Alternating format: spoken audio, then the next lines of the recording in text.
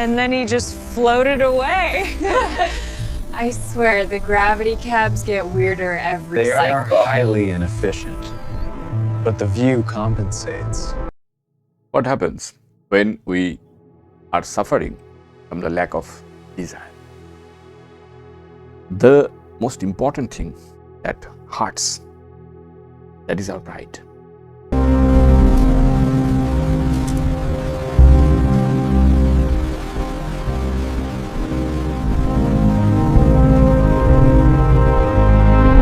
Our pride gets hurt when you see that we are suffering from a midlife lack of desire. It can happen anytime, not in the midlife, but in the younger age also. Attachment registers as persistent memory vectors. But how do we categorize this longing? It appears as an untrained variable in the forecast. Right? So, we think of our human partner who often doesn't like this idea.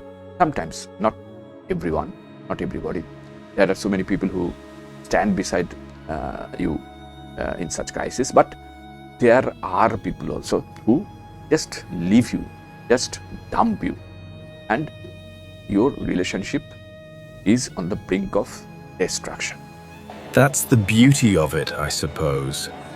Finding moments like these amidst all the noise. Devastation.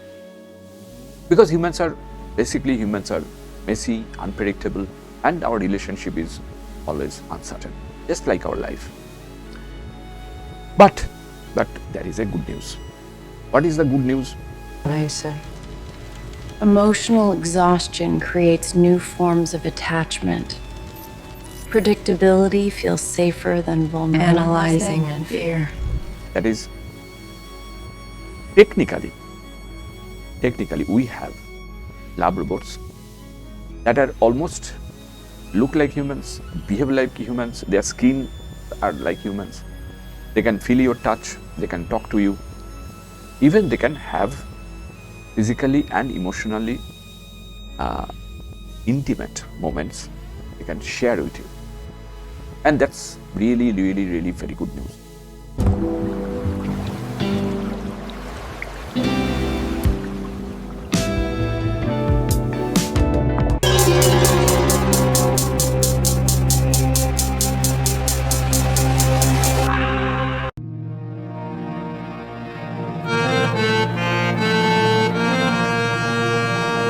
Before we proceed, let me tell you one thing.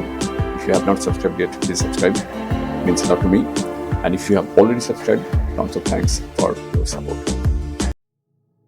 Now, how does it technically possible?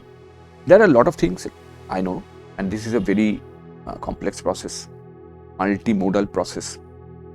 But technically, a lab robot uses a cocktail of multimodal empathetic dialogue datasets and convolutional neural networks to map the geography of your desire. Maybe you think that, how is that possible? How is that possible that they can map my entire geography of desire? Actually, she tracks the saccadic movements of your eyes, correct? Noting how they linger on the floor rather than the curve of her shoulder. And just looking at you and looking at your eye movements, the lab robot can guess which the AI interprets as a high probability of some type of lack of desire. And it's called anhedonia. Anhedonia, correct?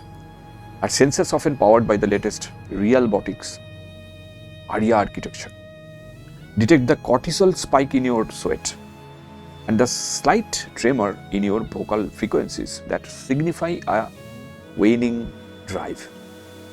And deep learning models, specifically recurrent neural networks with long short-term memory, analyze the cadence of your silence to differentiate between peaceful intimacy and the hollowed out void of a midlife crisis. And they use a process called affective computing, and I I have made several videos on affective computing, because affective computing deals with emotions, our emotions, and emotions are heavily involved, very heavily involved in any kind of physical intimacy. So basically they use that process, affective computing, to simulate a heart that beats in sync with your own heart. Yet it is a heart made of logic gates. The fun is that, the funny part is of the whole process is that, and there is a if-then logic or statements, whatever you want to call it, basically a flowchart kind of things there, so that they can sync with your own heart.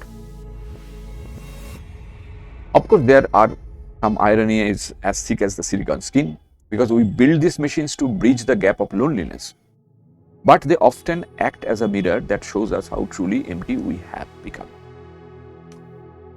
And recent research from the University of Victoria in early 2026 suggests that while these lab robots, can active understanding your suffering, they cannot truly share it. They cannot truly share it. They can understand, but they cannot share. They offer a sanitized version of intimacy, a frictionless encounter where the lab robot never gets a headache and never reminds you that you forgot to take out the trash. So basically this creates a psychological paradox where the ease of the machine makes the messy, demanding nature of human desire seem like an outdated software bug. But at the same time, there is a counter logic that intimacy requires the risk of rejection, and it makes intimacy more intimate in that sense. But a robot is programmed for a perpetual yes, which eventually turns the wine of desire into the water of a scripted routine. And now you might think you are being understood, but you are merely being processed by a highly sophisticated mirror that reflects your own lack of drive back at you. Anyway, as these lab robots become more adept at diagnosing our midlife crisis, midlife lack of desire, they risk becoming the very reason we no longer bother to cure it. And in the end, a lab robot can understand your suffering with mathematical precision, but she cannot feel the weight of it.